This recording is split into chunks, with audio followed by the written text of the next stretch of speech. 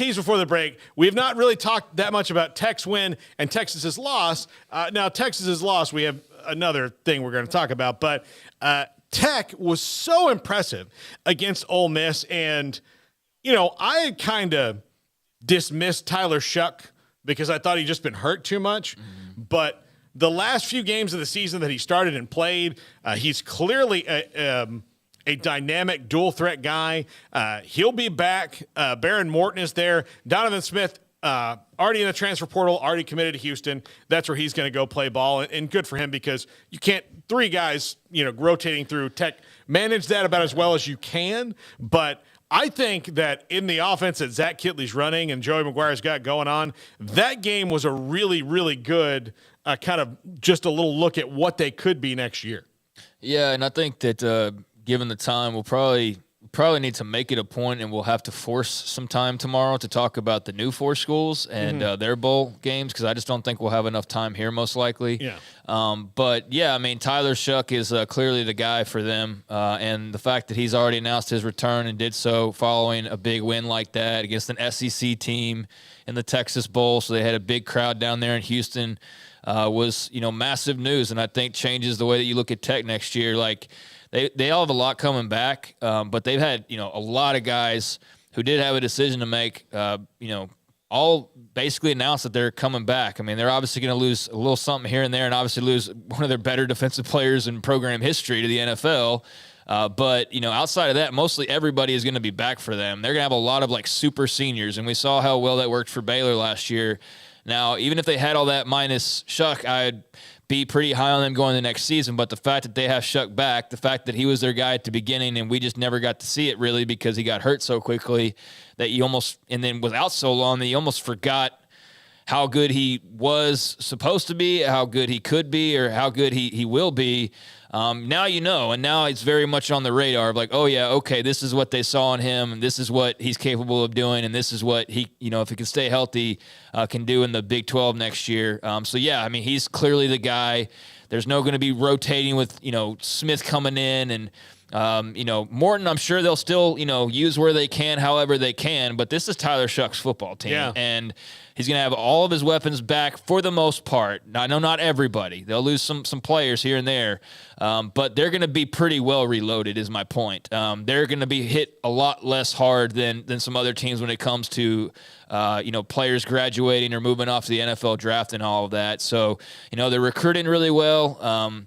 They've got a lot of momentum. They've broken ground on that new facility, which they've been boasting about. It's going to be like the best facility in college football. And, they'll have that in order for the start of next season. And so, yeah, it's all there for the taking, man. Like, I just think belief is a powerful drug. They've, amped up the physicality there because that's just, what that style of staff is going to do, and that's what we saw from a lot of those guys at Baylor. But that mental side, I think, I was talking about this with TCU, and I was talking about this with what Baylor really I felt was lacking, and some of that was their youth, but just the right mentality of we are going to the toughest, hardest working, most competitive, right? That's what Tech says all the time. That's what they were saying at Baylor.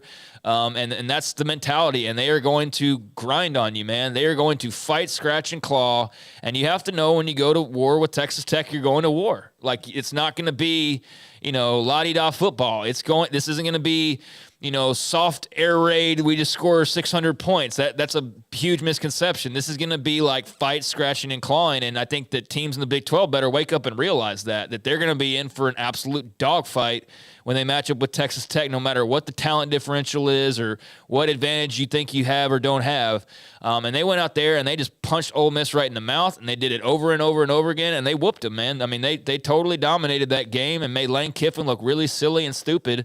And there was no, oh, well, we didn't want, no. You're not Alabama. You tried to play with Tech, and Tech just beat you down. And, I think that they've got as much momentum as just about any program in the country moving forward. And it's, to stem that, other teams are going to have to be ready to fight next year against the Red Raiders. And they're going to have the benefit of health as well. They're going to have, if Tyler Shuck can stay healthy, that'll be huge, because obviously you saw what they were missing. And you wonder, with as many games as they won, 8 games, had he played a bit more, what could he have potentially won otherwise? They could have won 9 or 10 games, man. They could have maybe played for a Big 12 title in year 1 for McGuire. So I will maintain, I said, Paul, that the whole like them being under the radar thing, if y'all remember, I said this is a better team than being given credit for because they had a lot coming back that was like just not really being talked about. And so I felt like McGuire, like I was saying from the very beginning, that this should be like a bowl team. Like that shouldn't be like, oh, we made a bowl game. That's terrific. Like they should expect to make a bowl game. And they did that, and they went and took it even further by winning 8 games. And I couldn't help but think of, when Matt Rule was at Baylor, one of the big, kickstarters for them was a Texas Bowl win over an SEC team. And, it was a different team. But then last year they beat Ole Miss, and just the similarities were just, kind of crazy when you think about Joey McGuire and now what he's doing at Tech, of beating Ole Miss the year after Baylor just beat Ole Miss, and how big of a win that was for them. So, yeah, they're skyrocketing right now. Okay, I'm going to throw this out about Lane Kiffin, who, always everybody thinks he's got one foot out the door, and especially towards the end of the season with his team in Auburn hovering around there. But, look, he lost in the games since last January 1st. He lost to Baylor, a team that was good. That's a really tough. Lost to the Big 12 champ. Okay, he and then this year went through really well. They looked like a really good team, but they hadn't really played anybody. Their only good win was against Kentucky, and Will Levis didn't play in that game, so they won that game by 3. Then after Auburn, they lost to LSU. Okay, that was a really good team. So, and I'm not like. You should lose when you lose to good teams, but my point here being is that now they've got 2 losses against good teams in the calendar year of 2022, right?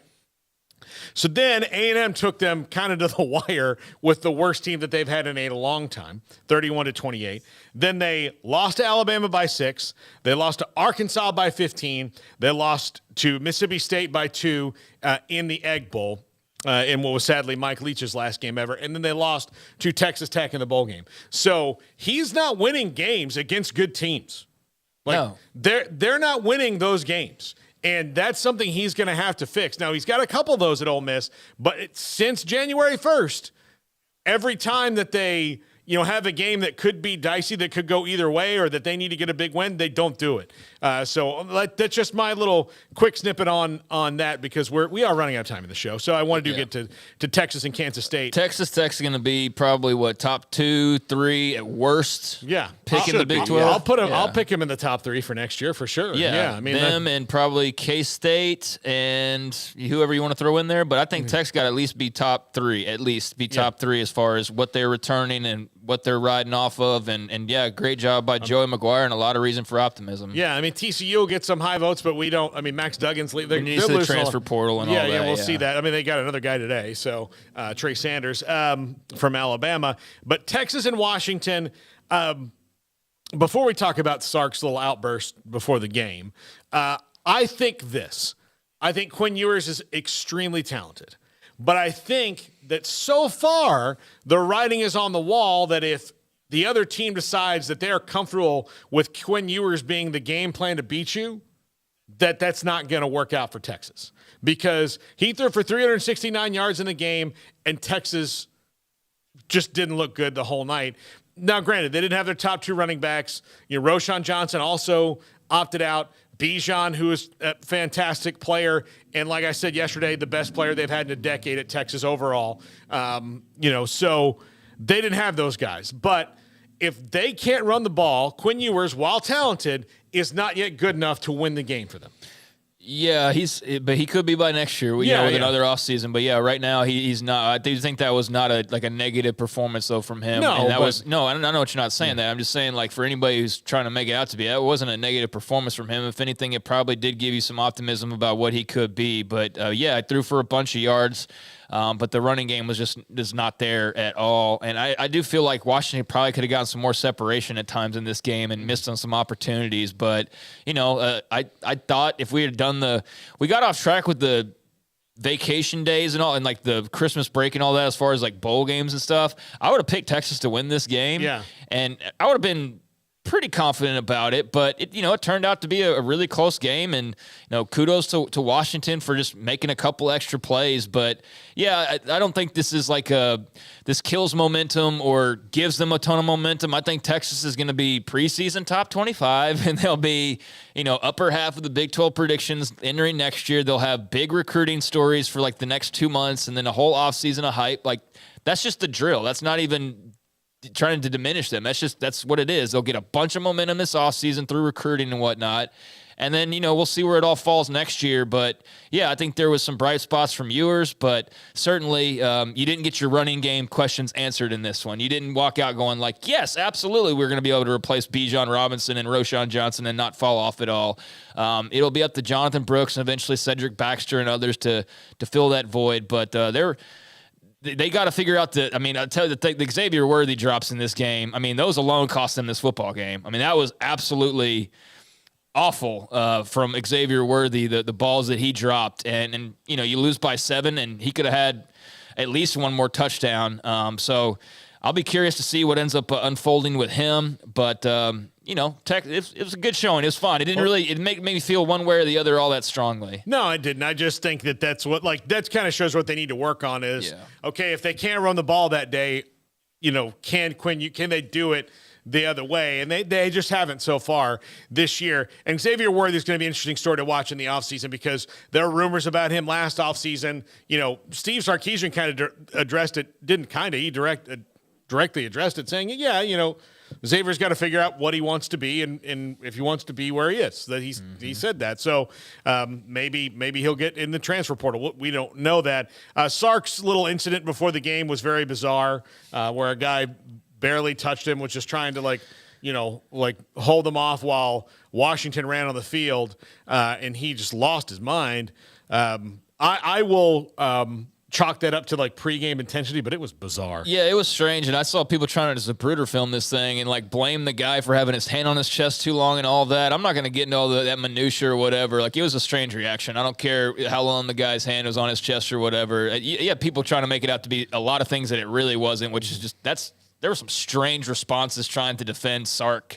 You could just say hey, the guy had his hand too long, but they tried to I don't know, it's just some people are strange, man, especially in defense of things they love, I guess. But it was an unnecessary outburst to the degree that he got as mad as he did. I don't care how long the guy's hand was on his chest, like I said. And, that's just, it makes you wonder, how how tightly wound are folks in Austin right now, because the Chris Beard thing was circulating, right in that same time frame. And so it's just kind of strange to see two high-profile head coaches sort of just acting out in different ways. But, obviously that was not to the level of Beard. Sark will be back next year. He'll have a bunch of recruiting positives, over these next few months and a lot of build-up in the spring. And with Ewers coming back and, young players that they're excited about, and then some questions to be answered, like Xavier Worthy, for example, they'll be very talent-rich, and they'll have some high expectations, I would think.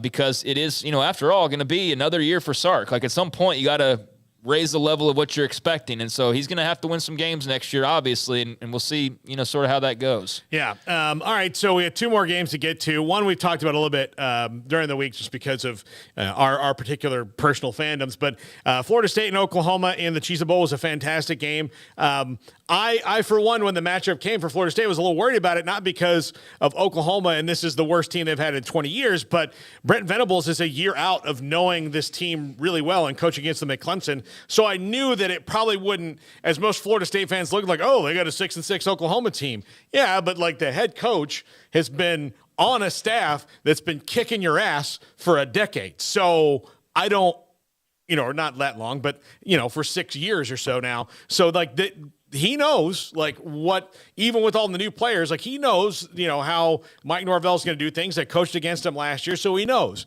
So he had a little bit of advantage going in there, but for Oklahoma overall, and this is not at all going to be an FSU thing because it's about the Big 12, but for Oklahoma overall, I think you saw a lot in that you had a team that had one thing in mind, which was that Cheez-It Bowl, and the staff was able to whip together a really good game plan that worked out well in spite of losing a lot of guys to opting out for the draft, transfer portal, all that. They had a really good game plan going forward. So I'm encouraged if I'm an Oklahoma fan based on what I saw that team do when they had a singular focus. Yeah, I mean they're not going to have a month to build up like you said for every game next year, so they got to figure out how to bottle that up. But yeah, you give that staff a few weeks to prepare, and I think they came out with as good of a game plan as you could have wanted. I mean FSU is a very good team; they're clearly a better team, but Oklahoma gave them almost everything they could handle, and had an opportunity to win that game. So I really liked that the running game seemed to spark, and obviously that's going to be obviously important. You don't want everything on Dylan Gabriel's shoulders next year. So to see the life out of the running game from a bevy of guys was good. To see a lot of the young players, or that's the thing for teams all over bowl season. A lot of the names that you don't typically see making plays was good. And, the defense has still got a long way to go. But you see the signs for Oklahoma. That was definitely a momentum building loss. It wasn't like it's not a good loss. Not a good loss, yeah. No, but you can be encouraged by. Yeah, you can be encouraged about the direction. That's what I would say. Coming out of that game, you're not as worried, I don't think, about the direction things are going, and you're kind of happy, like, okay, that's a good ending point heading into a full offseason. Now, obviously, we'll see, what they throw out there next year, but I thought that was a positive overall, even in a loss. Yeah, I mean, like, if you look at the opposites, like, Oklahoma was trying to figure out who's going to play left and right tackle and all the things that they had to do in that time. Florida State, if you were healthy, you came back and played in the game. They had no opt-outs for the game. None of that stuff, And I thought it was going to be a blowout, quite frankly. Yeah, I thought FSU would pretty much handle them, and for Oklahoma to have a chance to win that game, I was very pleasantly surprised by that. So yeah, I'm not willing to say that I'm convinced that like the Venables era is going to be the next Stoops era or anything like that, but I do feel better than I would have had the season ended about a month ago. Yeah, if that makes sense. Absolutely. Yeah. All right, so we have not talked. Look, if you want us to talk about TCU and Michigan, and you haven't seen the copious amount of coverage, we have a lot of it on the video, so you can go back on the channel and watch it, click it, and view it, and share it with your friends. But Kansas State and Alabama, it started out great for Kansas State. They really had a good first quarter, but then Alabama had that, and I hope for the rest of bowl season that the guys who are the number 1 and 2 picks in the draft, and Bryce Young and Will Anderson, I think that could very well go that way, decide to opt in, and then it makes it really hard for everybody else to opt out. Yeah. I know that you got to look out for you, but if the guy who's going to be the number 1 pick and then the guy who's going to be the number 2 pick both say like, hey, no, we're going to play in this Cotton Bowl game, even though it's not for the postseason, you can't be a guy who's like, well, I think I'm going to opt out. You're going to be on that team. Alabama rolled them. I don't think it's indicative of their season. I do think it's indicative of like, this is an Alabama team that's built to do that and did not do it a couple times this year and looked really shaky and off balance, even in games that they won. And Kansas State is not there yet, but the signs are there. Like Deuce Vaughn's leaving, but Will Howard's coming back. They're losing Malik Knowles, and that stinks. But Chris Klieman's shown he can get those guys in the building. Well, as I mentioned earlier, they're getting their top 8 O-linemen back, or at least expected to. So, yeah, I mean, they'll have their top 8 offensive linemen. They'll have Will Howard, and they obviously will have, we mentioned in Knowles and clearly Deuce Vaughn, some major stats to have to figure out, who can make up for that. But that was honestly not that surprising. No. I mean, that was a good first quarter. And then after that, it just got away from them. And I mean, it's Alabama. What do you want me to say here? That was a game where, Saban even had a quote after the game of like, what was it? Do I have that here? Hold on.